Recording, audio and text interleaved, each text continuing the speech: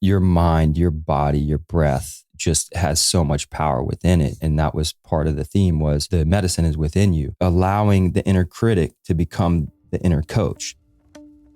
Welcome to the Path Podcast. I'm Mike Salemi. I believe that uncharted trails make the best life stories. So take a deep breath, put one foot in front of the other, and trust the ground under your feet. Join me in discussions on health, performance, business, leadership, and spiritual self-mastery, because these topics are windows into how well each of us have learned to trust our own path. Let's go. This is a Soulfire production. Not long after coming back from the recent Men of Movement retreat, I knew that I wanted to do a podcast recapping the experience to the best of my ability. And it just so happened that timing worked out. And so today on the show, I've actually got one of the facilitators, Tyler LeFloch, and also a participant who you're going to recognize, Justin Brien, on the show with me to recap the experience. Justin was a participant at the retreat, but you may remember him from an earlier Path podcast episode where we discussed everything about spinal health and back pain. And Justin came to this retreat as a participant. Now, I've known Justin for a few years now, and as we've developed our friendship, one, I've just got to realize just how incredible of a person he is and how motivated he is to be better for himself, for his partner, for the community that he serves. And with that being said, I've been trying to get Justin to the Men of Movement retreat for a while. And so not only was it an absolute pleasure to have him attend, but you're going to get to hear his experience going through it and what he's really courageously stepped into facing at this retreat, and what were his takeaways and his most powerful moments, and what did he learn. And likewise, you're also going to get to hear from myself and Tyler LeFloch. Now, Tyler was one of the facilitators at the retreat, so you're going to get a little bit of a different take from him. And Tyler is an incredible men's group facilitator. He's also an excellent personal trainer. And among many things that Tyler brings to the retreat, his presence, his levity, his ability to go deep with someone and hold some incredible space for the men. And at the retreat, he led a few things, one of which is called story work. Now, on this podcast, he's actually going to give you tips that you can utilize right away, especially, if you're anybody, but especially if you're a man and really have a really strong inner critic. I know that's something that I've struggled with over the years. It's something that I still have to coach myself on at times, because I can be, like many men, pretty hard on ourselves. And so Tyler really utilizes a technique called story work to help you reparent, recoach, and become friends with that part of yourself. And so we go into so many aspects of this retreat. It was so much fun, but really the overall theme is the men and men in this world. What are they struggling with? How can we show up courageously and support each other? How can we be better for ourselves and our families? And so I'm so pumped to share this podcast with you. It is with Tyler LeFloch and Justin Brien. Let's get right into it. As a first-time person experiencing some of this work and what we did, what was it like for you? What are some of the high-level things that stick out to you? So the entire thing was the most powerful experience of my life. Being able to go through these experiences, like, I knew that it was going to be a powerful experience for me. I knew that I was going to pull something away from it, but it was tenfold what I had expected. I expected it to rock my world. I expected it to be pretty powerful, but it was much deeper than that. So for me, as far as everything was a highlight, the entire, you guys know, because you got to experience it. We got to go through it together. So there was no down moment. There was every activity built upon the next activity. And then all of those drills, all of those experiences combined in one, and then to end in the way that it did with Yakov, without any drugs, is the most important part to me, is that your mind, your body, your breath just has so much power within it. And that was part of the theme, was the movement is, the medicine is within you. So to reveal that to my soul was just, it's hard to put into words. I would say the biggest thing is the tools, because I've been through a lot in my lifetime. Starting at an early age of, getting into some trouble and that leading me to some different places. And I pulled a lot away from every place that I went to. I learned something from the individuals. I learned something from the people there, whether it be bad or good. And then something as far as how that structure was laid out. But And I think that's the problem with incarcerating young individuals is that, you're not setting these people, you're setting these people up for failure. You're traumatizing them even more. And then they leave away with no tools or, something that they shouldn't do or something that they might want to do, but nothing like the playbook that I have now. So yeah, the overall for me was, like I said, the most powerful experience that I've had in my life. And then although these are things that I haven't had time to really practice yet, I already feel like I'm thriving. So that's pretty cool. Yeah. That's awesome.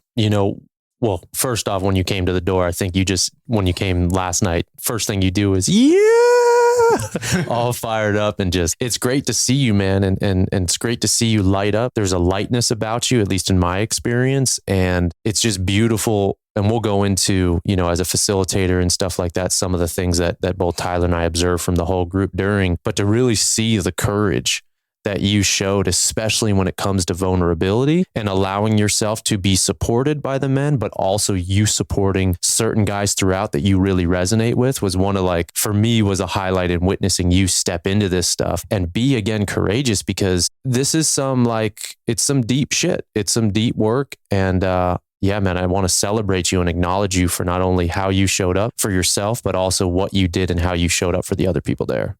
Thank you, brother. Thank you. Yeah. A couple of people actually approached me about that and was like, you just sharing your story, helped me to be cool with this, to basically open up. And for those that don't know, when you start to open up and our culture's just set up for men to just hide. And that's what I did my whole life. I've basically, in a fashion, I hid because I built this shell around to be, I'm hard, I'm this, respect me.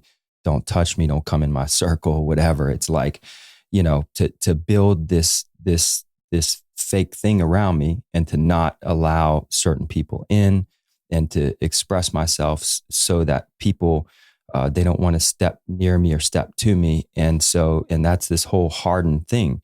And that's not what a man is. A man can have both. They can be strong and they can be the fire, but they can also turn to water very quickly and be tender. And that's what I recognized with you all was I told my friend when I was talking to him, I'm like, they're like these gentle giants. I knew if I scrapped with any last one of them, I'd be put to the test. But at the same time, it's nothing about ego. It's all about love and respect and basically holding their deepest, darkest fears and struggles in that container. And that was really dope to be able to come in front of 16 other men and to open that can up. And it made me proud of myself that I even was ready. I think I wasn't ready because obviously there was some things that, but the willingness. So then once I got there, it's all right, you're here. There's no turning back. So let's do it, So I was definitely willing. So, and then also to just be yo, I'm proud of you, man. You freaking went through it. You went through all of those experiences, full attendance as Mike would say. So yeah, it was just, so thank you for acknowledging that. Cause that was a big deal to me and it was a big deal to a lot of other people there. So thank you. Dude. That's why we do this work.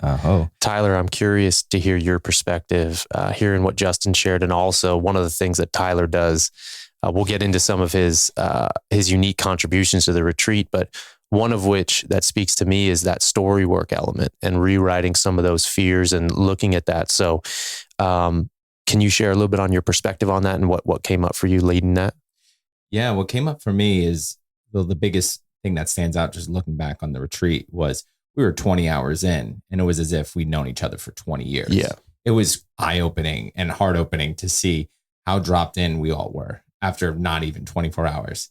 So I set up story work, which is, man, you're either looking at your inner critic or you're looking at a story that has been in the background. Just, it's that monster that you're scared to look at. So, man, Justin played all out and these men played all out and they were able to, man, look at these things that we're afraid to look at.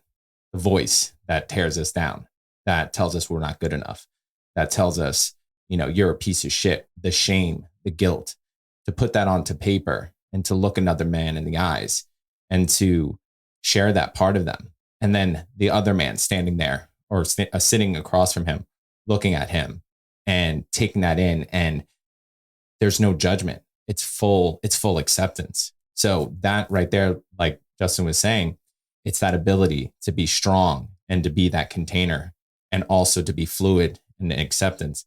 So, there really wasn't much that I had to do. I could have just put each man in front of another man because this is day 2. This was 20 hours in, and everybody was so locked in and dropped in with one another that, man, it was magic. I just put, I coupled, each guy, and ended up working well. Everybody had a partner, and I just, set the stage, gave a few prompts, step back, and it was like 30 minutes later, and everybody had some takeaway, some piece of awareness that and took the power back from this voice, and were able to reframe that inner critic and start taking the steps to turn it into an inner coach.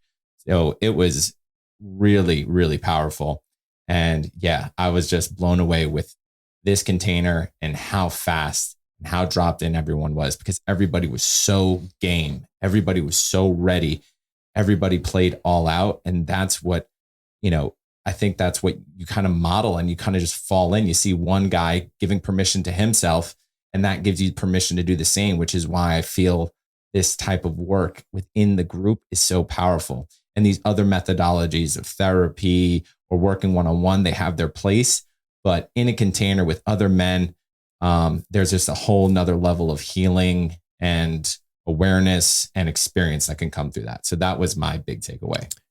I'd love for you to share, if you'd be open to it, how you started the inner critic exercise for someone listening, if they're, whether this word, I think we can all relate to the inner critic, but some of us, a lot of what we're doing in the retreat is bringing what is in the subconscious, things that we're unaware of, things in the shadow, and bringing it up to light so that we can address it, so that we can meet it and hopefully become friends with it and see what part of our life has that inner critic served us and also not served us, and where do we want to go next.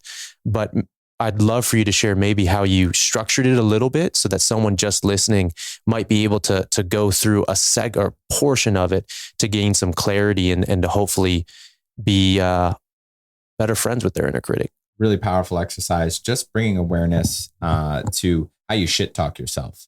So just throughout the day, when is that voice coming in, and where is it doubting you? Where is it saying you're not good enough? Where is that imposter syndrome going up?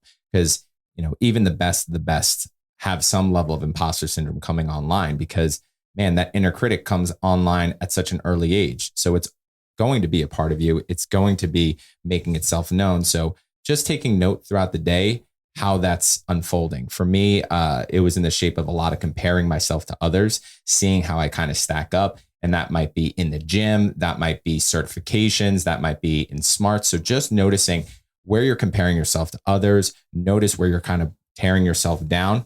And then a good prompt is, or a good exercise is to give it a name. I gave it the name of a bully who used to pick on me in college, Rob. So Rob, for instance, my inner critic is a judgy, manipulative egomaniac who likes to tell me things like, you're a piece of shit.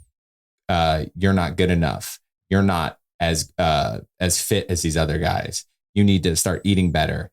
And all this stuff the way that it criticizes you. So it's a really powerful, giving that a name and then giving it a prompt like, Rob likes to tell me things like, Rob is obsessed with, Rob limits me from. So likes to tell me, obsesses over, and limits me from. And you put those 3 prompts and then kind of explore where that inner critic is coming from in each prompt.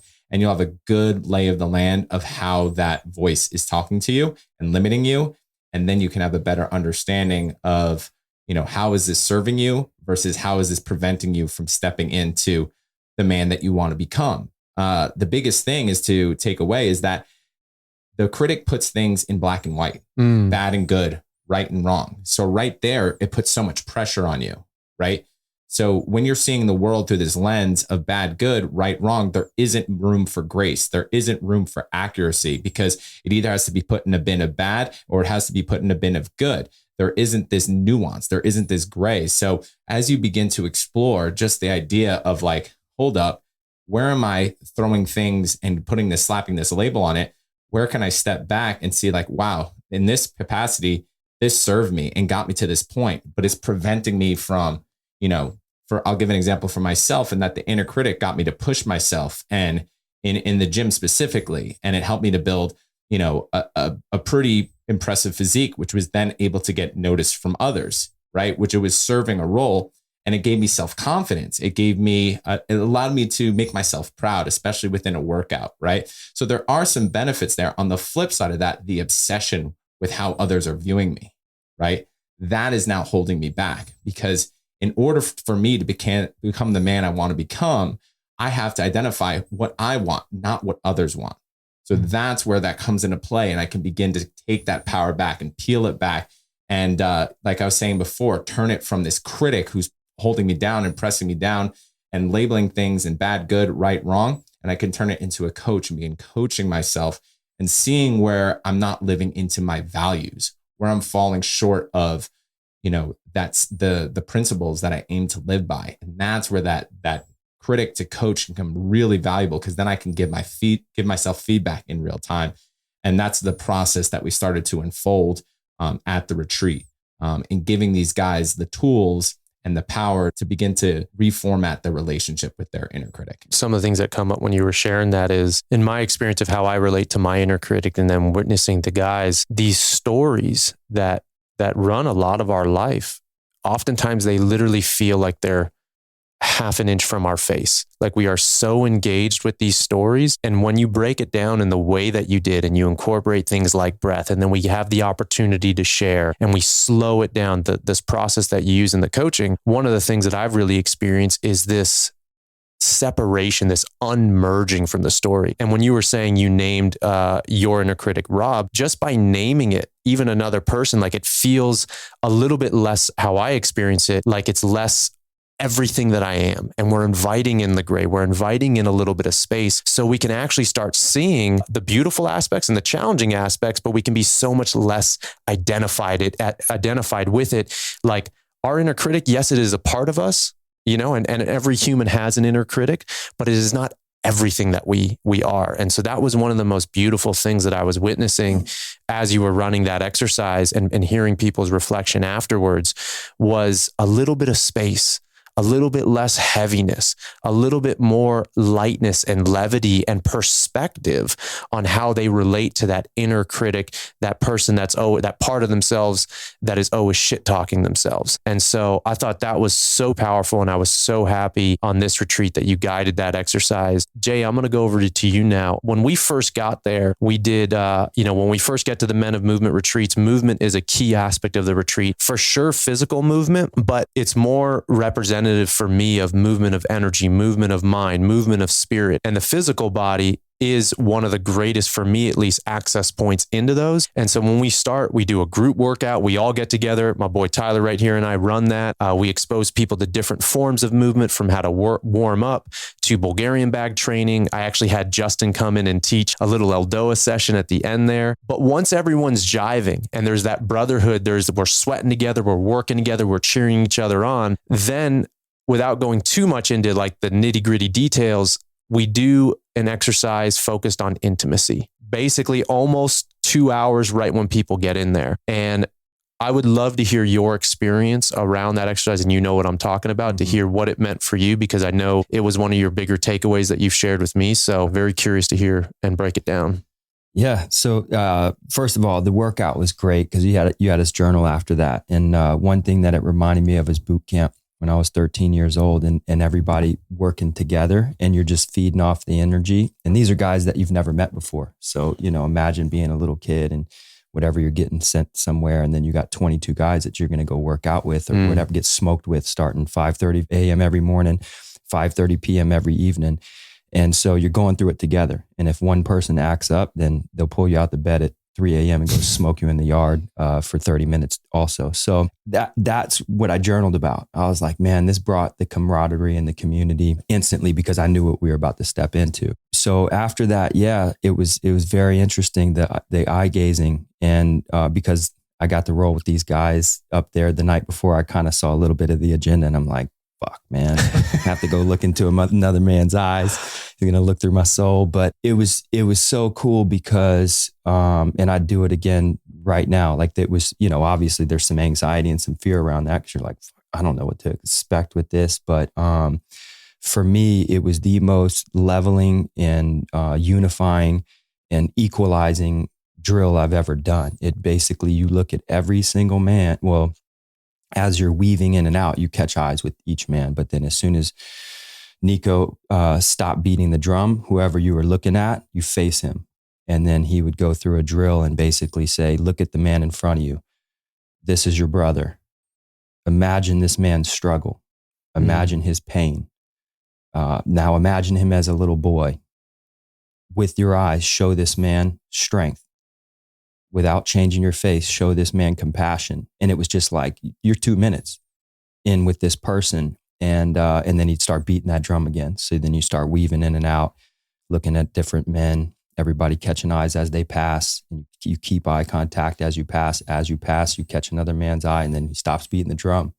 And then you face that man. And then he goes through another drill where he kind of leads you through some powerful stuff to think about. And instant equalizer. It just made me go, wow, everybody is where they're at and needs to be met there today. And it instantly gave me compassion, which is one of the 3 seeds that I took away from this trip, was to just be a lot more compassionate, a lot less judgmental. And it brought me back to my essence of a human being. So very beautiful. I wasn't looking forward to it the night before when I saw that shit on the agenda, but like I said, I do it again right now just to exercise that, because that's a strength. That is something that gives you strength. It gives you confidence. It gives you compassion, because there you are staring at another person and they're staring at you and in the eyes, and there's you can create a deep connection very quick with that, and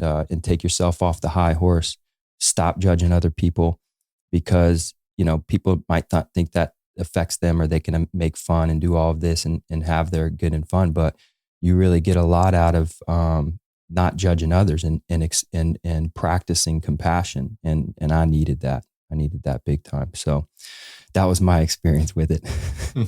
Beautiful, man. And one of the big, I would say, underlying themes of the retreat that we've really done our very best to organize and structure is really the productive and the intentional use of discomfort. And discomfort is going to show up differently for each and every guy there. Mm-hmm. You're a movement specialist, a rehab specialist. I imagine that the workout you were able to drop right into it. Might have not been that uncomfortable. Mm-hmm. You were there. But for some of the guys who maybe don't feel very confident in their movement, or haven't moved in a long time, or maybe overweight, whatever it is, to be in a group like that, even as positive as it is, even as charging up as we bring the energy and we bring the love, we bring the support, it's going to be uncomfortable. And the eye gazing is one, the breath work is another. The whole 3-4 days that we do is this very intentional utilization of discomfort, so that we can really come face to face with who we are, where we're struggling with, where we need support, where we can support others with our stories, and hopefully kind of I use the logo for the retreat is the buffalo. And for those of you that may not be familiar, when there's a big storm, the buffalo, they all huddle and herd together, and they go right as a pack through the center of the storm. They don't go around it. And so the idea is can we have a willingness to engage with life? Can we have a willingness to engage with those thoughts, the inner critic, the relationships in our life that may be challenging us? And can we face it head on, but not so much from the energy of fighting or combativeness? Can we learn how to oscillate from being strong and having boundaries and putting our foot down when we need to, but also, like you were saying, Justin, is have that softness and be that compassionate side? And so what's our ability to recognize where we're at, what's needed in a situation, and then utilize the tools that we have inside us, inside of our hearts, to meet that, hopefully with greater grace and ease.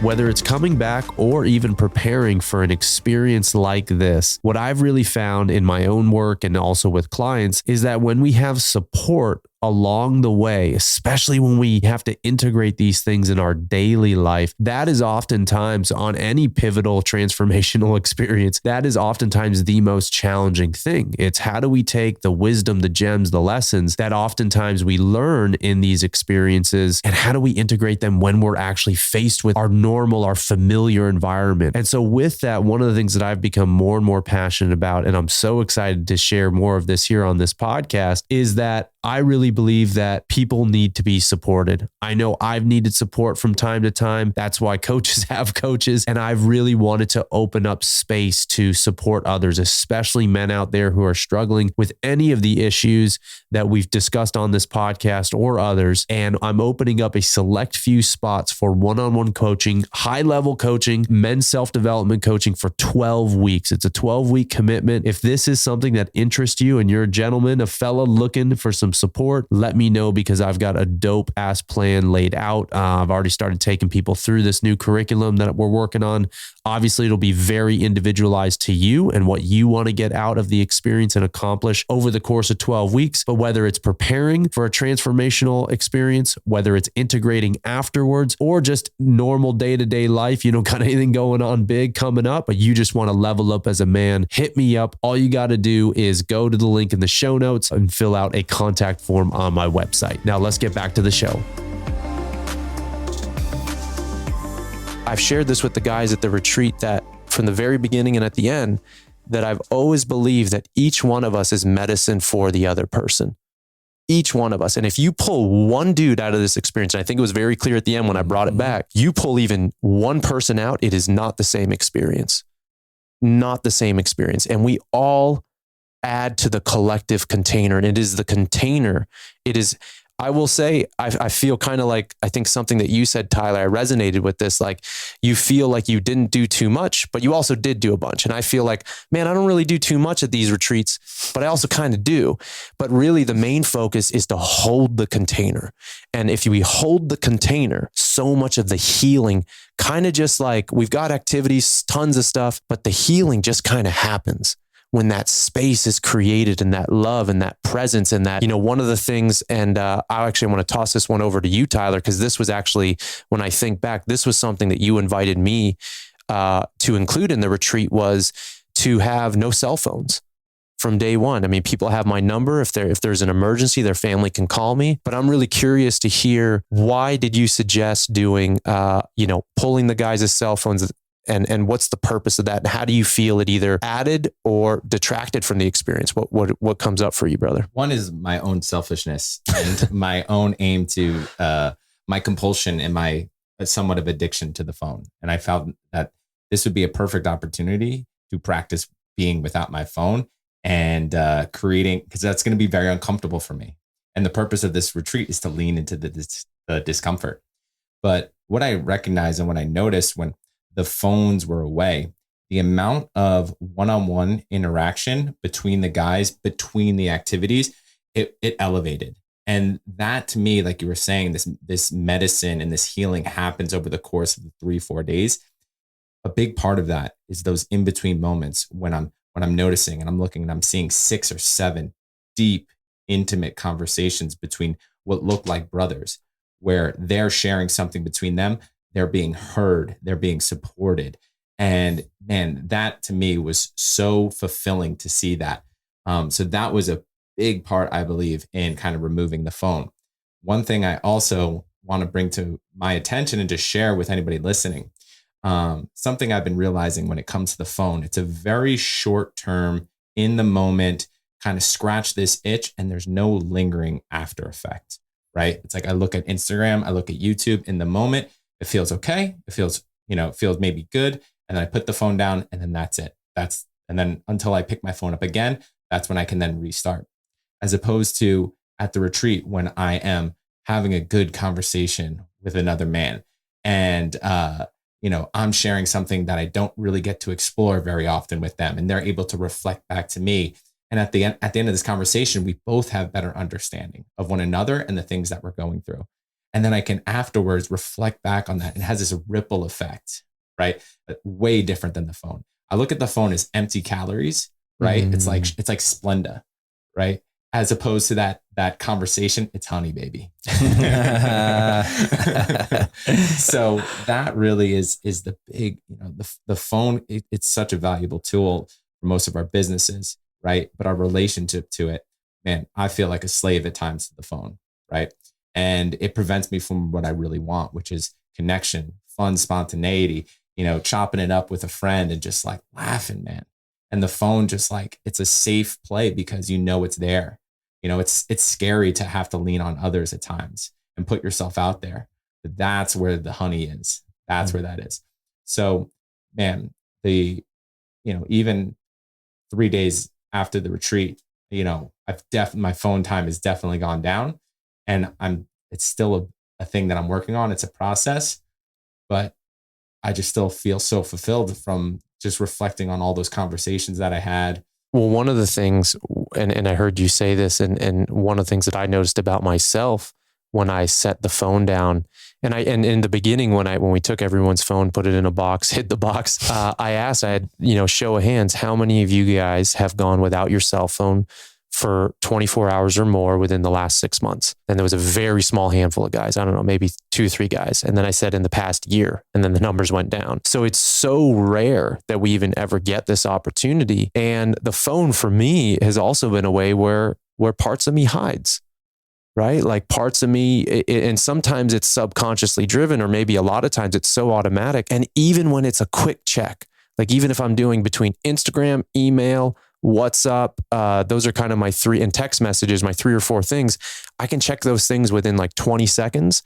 And even though it's so short, it's a massive way in which parts of me hide from challenging conversations, or from things that I like, maybe I'm feeling a little tired or a little lazy and I need to kick my own ass, but I'm like, oh, let me just check my email. Let me just check this. And it's a way that parts of me allow other parts of me to kind of get needs met, but to hide in the process. And one of the things that we do at the retreat, and this was the first time that I led this specific exercise, I've started a coaching program focused on a very holistic utilization of the Enneagram, which is a personality typing tool. And I will have one of the creators of this system that he's utilized and created with a psychologist, I think for over 20 plus years, something like that. And it is the Enneagram, but it is a very holistic look. It's called the Inner Compass. And in that segment, one of the things that I was guiding guys through is after they did their test before coming in, we knew exactly what type each guy was, but we really focused on what we call the 4 Fs.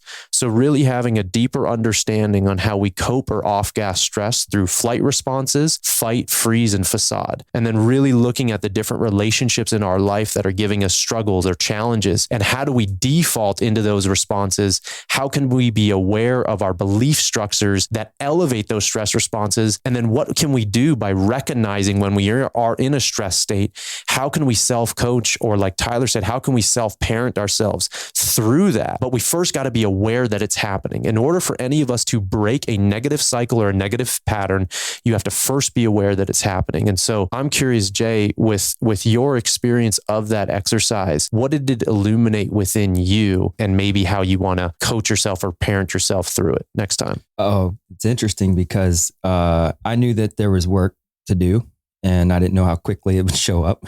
And literally the next day, like I noticed a little flight response of like just how I responded to one thing in my mind. Like there was a subtle little trigger. And then the very next day, yesterday, same thing, but it was it was actually flight again. So it was weird because when I did the exercise, basically I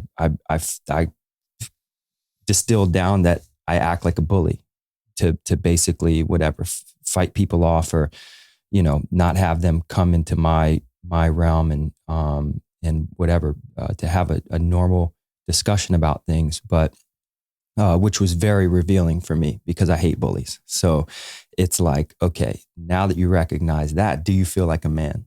Does that serve you?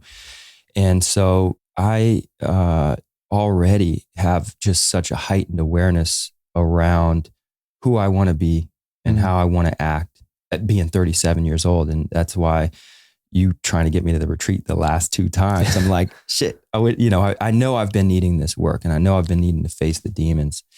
And, it happened like it was supposed to happen. I made it out this time. I faced everything.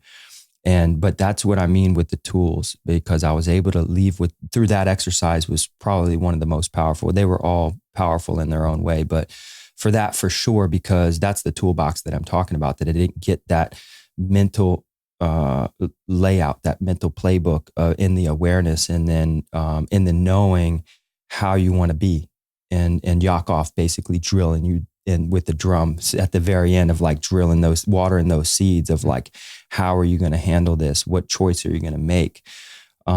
So for me, that was a very powerful tool that has already changed my life forever. So to notice that, okay, as soon as those two instances happened in the last, 48 hours, I recognize that it's flight. And then I recognize, well, you can't run because you have this newfound awareness and you have this newfound strength. And then if that fails, then I can call a brother. I can call you. I can call Tyler and say, hey, man, this is what I'm dealing with. And like, can you help me work on it and break it down? So like I said, it's that my word for the retreat was impeccable. You couldn't write it better.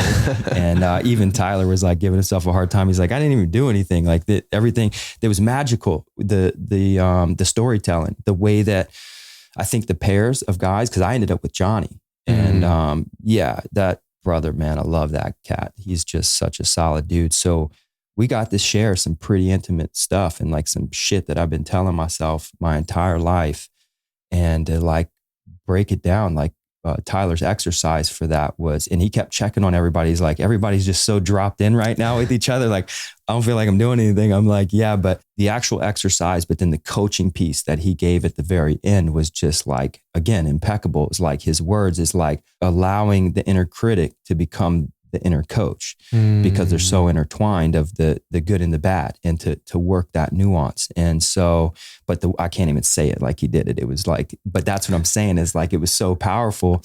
And yeah, man, it really, the entire thing, man, it just really built me up and gave me some empowering tools to work with that have shifted my perspective and my trajectory forever. And that breathing, like to get that stuff out. I mean, that stuff happened. It's out of my body. Can you share a little about your experience with the breath work that we did, the somatic release breath work? Yeah, I went full dolphin or whatever. What is Do you mean lobster? So, yeah.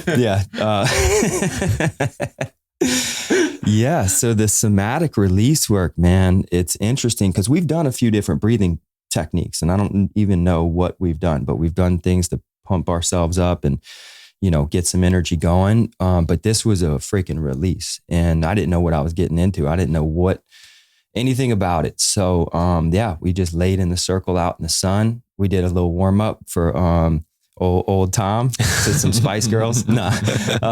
What did we play? Rocky? Rocky, yeah, I played Rocky. Pumped everyone up. But old Tom played Spice Girls for you. That's the inspiration for the music. And you've already got your music picked out for next year. Oh, yeah.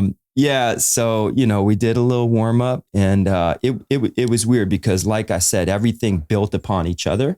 And so when Brien had us doing the sound healing session the day before, and we were trying to feel where we were stuck in the body or in the breath, I knew exactly where I was stuck at. And so you had, I think, preempted or prompted us to kind of, work there. And right when the music came on, I already started like quivering in my gut and started to have some like teary eyes. And I was like, damn, dude, you're going to get emotional already. Like, I didn't know what was about to happen. And so when you led us through, I mean, you had already told us how we're going to do it. And then I was like, oh yeah, this is going to be my system knew something powerful was coming. So yeah, man, I mean, I guess whatever, 5 minutes in, or the second round, middle of the second round, I was starting to howl and heave and squeal and make sounds I never knew were going to come out of my body, and my whole body basically seized up. And Mike came over and was like clapping and just, let's go, Justin, let it out. And that helped me to get like deeper into it. And like I told Mike, I said, man, I felt like I flashed out. Like, I feel like, cause he had his journal a little bit afterwards, and like really be quiet for, good hour or something, like be with ourselves. And I was just really trying to remember what the fuck had just happened. And I didn't know if the first round, second round, third round, I just knew like I released some shit. And to have you there, brother, to witness it and not to bust out laughing because I was going full dolphin or whatever. But he did get his laughs in last night because I like demonstrated the move and he was dying. He was which was cool to see him laugh at it. But in the moment, again, he held that container. He held it down for me. He was strong. He freaking exercised that demon. And then whatever came out is done, you know? And I'm sure there's more shit in there, but that's in May. It's next year. Yeah. Well, thank you for sharing that, man. And you know, just to echo back and reflect back some of what I heard you say, and just to also give you something to think about, like you had said something, you exercise that demon. And really, I think it's important because in the healing work, a lot of times, whether it's, you know, unconscious, how we speak about ourselves, but it's very easy to put responsibility of our own healing on other people, right? And like, this shaman healed me, this person. And here I want to just tell you, you know, you healed you.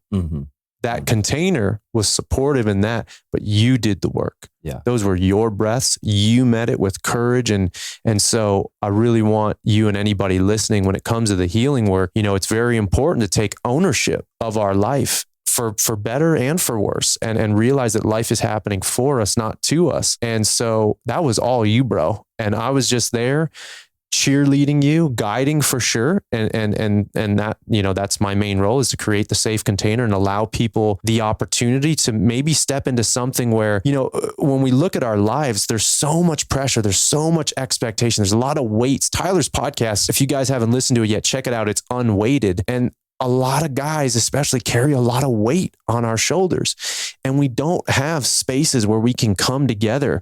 And if we're angry or there's stuff that is stored in our fascia, in our tissues, in our hearts, we just stuff it down for this expectation that we need to be all buttoned up and perfect. And so in these breathwork ceremonies, it's one of the most beautiful things that I get to witness and be a part of, is men allowing themselves the grace and the permission to release what's been inside. Because if we don't release, then we will repress and we will depress. And oftentimes when we have this stuff, our nervous system, and I was talking to you about this today, I mean, we all oscillate between sympathetic dominance, so more of a stressful state, and then parasympathetic, more rest, repair. But what I tend to see is there's a baseline, and before somatic release breathwork, everyone's baseline is up. How they experience stress is like a baseline is increased. After it, the entire baseline of how they experience the world themselves tends to be down-regulated. And in order for us to heal, we need to enter into that state. Once we've cleared and we've identified consciously or unconsciously what we're letting go of, we've created the space, then after that is, okay, now when that space is created, what do we want to fill it with? What do we want to repattern? What do we want to rewire? And how are we going to move forward with empowerment? So I just wanted to call that out, brother, because you showed up, you did the work, and it was beautiful. And, you know, we're using this word work, right? And, you know, I'm reframing and feeling into how I feel about that work, because a lot of this stuff, you know, some of it's heavy, but I will say, it doesn't always have to be. And one of the beautiful things that Tyler brings into the retreats is a levity. And this retreat, and we were all talking offline as well, it's like this retreat was they've all been very powerful. But one of the things that stuck out to me was there was this oscillation where 5 minutes, fellas would be on their knees, crying, breaking down. And then 5 minutes later, we were all belly laughing on the floor. And it was this oscillation of being able to be very serious, very tapped in, very present, and being with yourself and with what you're working on. And then also not taking ourselves so seriously. And so Tyler really brings in some activities around play. And so I'd love to hear your experience around maybe adding play to work, or what does that mean to you? And what have you seen as a result in some of the men? Yeah, for me, man, if I look at all my patterns, right, and the rigidity around my patterns, they're trying to ultimately solve for getting more fun and play in my life. And it's set up that, okay, once I check X, Y, and Z box, then I can have play, then I can enjoy myself. right? There's very little in my life that's play and joy just for the sake of play and joy, or not adding some type of conditioning element, because I've been so good at programming myself for delayed gratification, right? When I work out, when I have X amount of clients, when I write my newsletter, then I can go down regulate, or I can go have some fun, or do something that I find relaxing, right? So what I love about the exercise, which was improv, right? Improv for me is the opportunity to connect with my inner child, right? The part of me that just wants to act a fool and just be super silly and goofy, and to have those deep belly laughs. That those are some of the most healing elements, and because it's like revitalizing you, right? It's like filling up that fuel tank of what my experience of what I've been missing in my life. It's like, as I'm doing it, I can feel like my reserves coming up within my soul almost, because I've been so deprived. That well has been dug, because I've been papering over it with like using the phone or Netflix or whatever, playing games or whatever. I mean, not playing games, but like video games or whatever, has been like papering over that, right? But now this is actually like filling me up on like a soul level, and I'm looking around and other guys are just, I'm seeing parts of them come online. I'm like, holy shit, like Zach, I never would have thought him to act in that way. I've really just perceived him in this way, and to see this other part of him come online, I'm like, that's you, brother, right?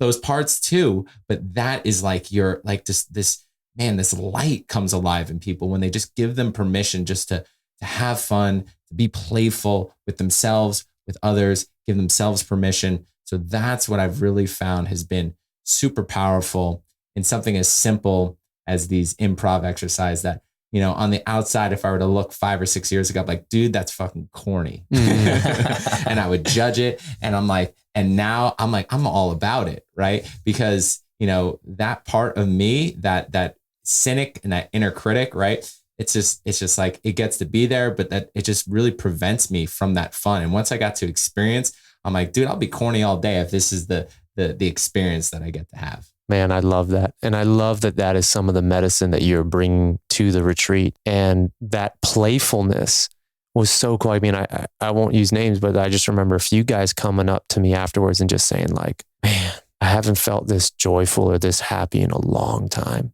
I feel like a weight's been lifted off. I feel like genuinely happy. And I haven't played like that since I was a kid. And just everything that you're saying, man, it was just so powerful to see people step in and to take to it. And we've already had so many hours. I mean, the days, they're long days. I mean, I got everybody up with the drum at like 7 a.m., 6:45, and we don't finish till like 10 p.m. because but most people don't want to leave. Like Justin, I know you were just continuing talking to your roommate. Like, I think I got 13 hours of sleep the whole time. So yeah, definitely. But I wasn't tired. I wasn't tired. I didn't yawn once. So just so much love and support, just energy, new energy flowing through my body. And it was amazing to just have brothers come together. And the old Indian man at the sweat lodge that confirmed that for me. Basically he just said, this is good that you have brothers coming together to do this. This is inspiring to see this. And it just confirmed, because I was already like, man, this is what you need. This is what you got to be doing. And to have him confirm that in that moment, and I can't even say it the way that he said it. It was so powerful.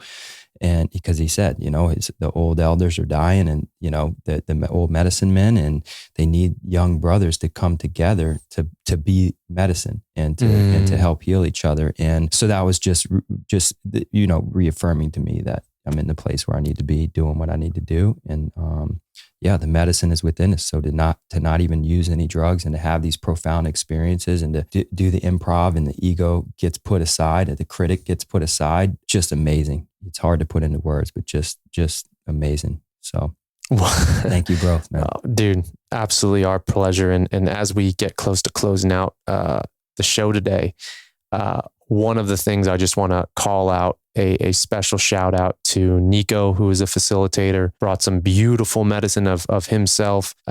Brien, who is doing sound healing. Johnny, who's a Chinese medicine doctor leading Qigong and organ meditation. So we just had it really felt like a stellar team as always, but really felt like a symphony of everyone coming together, supporting each other, supporting the guys. And I want to also make a special shout out to Lauren. And Anna was helping her, of course, in the kitchen. And this vision that Lauren had and really co-created. I mean, she's been not only a major sounding board, a big teacher for me, but the amount of love and care that she puts into the food, it's literally a 5-star experience. And so I'm curious, as a participant, Justin, what was that like, and how did you experience her food? It just, I mean, to reiterate like how powerful it was, all the intention that goes behind it. Like you guys, Tyler and Mike, y'all went and killed the animal and that we're eating, and to pray over the food. And like, I've been praying over my food and just being thankful instead of just digging in. And so just that gratitude alone, even if 3 times a day you're going to eat, you spend 30 seconds hovering over your meal and being grateful for it. I mean, it's life-changing. So the intention that you guys went to Texas, wrote a love letter to the animal, prayed over its still warm body, and then like the love and intention that Lauren and Anna spent all day in the kitchen making this food. And then we didn't get any utensils that day. So it was like, no, you eat this with your hands, feel it, smell it, taste your food. So just amazing, the amount of intention that goes through the whole thing. And so, yeah, and it's nice to see some girls too. It's like in the kitchen, even if it's just popping in and out of the kitchen. It's like, oh, the women do still exist. But yeah, man. So the whole thing, the amount of intention that goes behind it, is just from beginning to end. It's untouched. I don't think there's anything like it. I haven't really searched for much, but out there, it's just, life changing. Again, man, can't say enough about it. And thank you, Lolo. Thank you, Lord. Yeah, and Anna. Yeah, for sure. Well, as we close this out, I would love to invite you guys, to share one. We really worked on really getting clear on 3 seeds that we're going to be watering as we come home. And really committing to ourselves and to the brothers there. We have I guide people through a few exercises on how to make commitments in a healthy way and really support yourself. And when things get hard, how are you going to self-coach yourself out of some of the challenges? But all that aside, I'd really be curious for you guys as we close out to share 1, 2, or 3 of the major seeds that you're taking away from the retreat and the commitments to coming home. So Tyler, if I could start with you, if you'd be open to sharing any of those, that'd be beautiful, brother. Simply the 3 things, the 3 seeds: exploration, which for me is just continuing this path of experimenting and seeing the lessons that can come through and passing that on to others. The next is self-love, which so many of my dysfunctional patterns stem from, is this inability to love myself.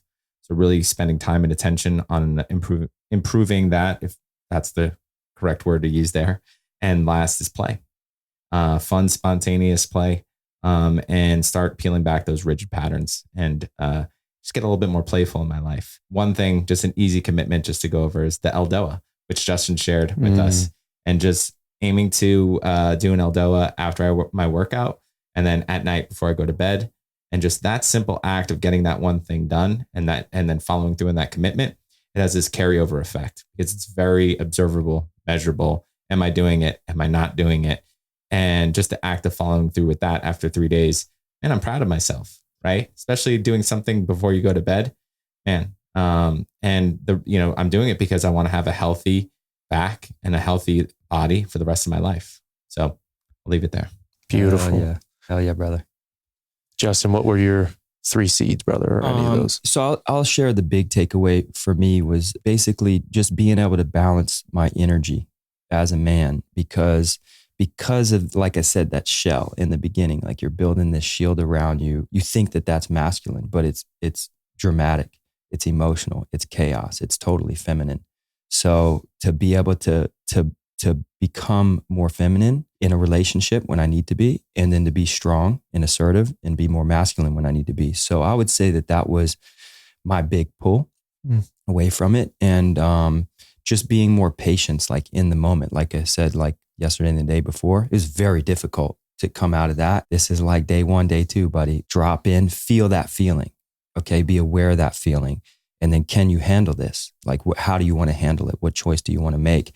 And if it's beyond my scope of like emotion and practice, then I need to reach out. So I would just say that, just basically trying to balance my energy as a man and just step into these feelings and these things and try to become just a better man. So I'll leave it at that. Hell yeah. And for me, it was really clear. One of them, which has been so much of my focus lately, is really just the felt realization that I am already ready to be a father and a husband. And that was just such a deep realization. Also, I facilitate fully from my heart and my intuition. And then the third thing is I lead thousands of men from the middle towards their own empowerment and writing their own stories and trusting their path through retreats like this, through private events and experiences, through one-on-one coaching, through this podcast. That's what I'm committed to and continuing to show up. Man. Fuck yeah, brother. All right, gentlemen. Well, thank you guys so much for your time. If anybody listening to this is interested in a Men of Movement retreat, we're running them about twice a year. Typically, they are May and October. But if you're interested, just reach out to me personally. It's on the website, mikesalemi.io, and would love to have you. If any of this conversation resonated with you, please be in touch. We'd love to support you and we'd love to have you in our container. So much love, everybody. Thank you, gentlemen. Much love. Peace. Thanks for listening. Be sure to follow the podcast on Apple and leave a review. It means a lot.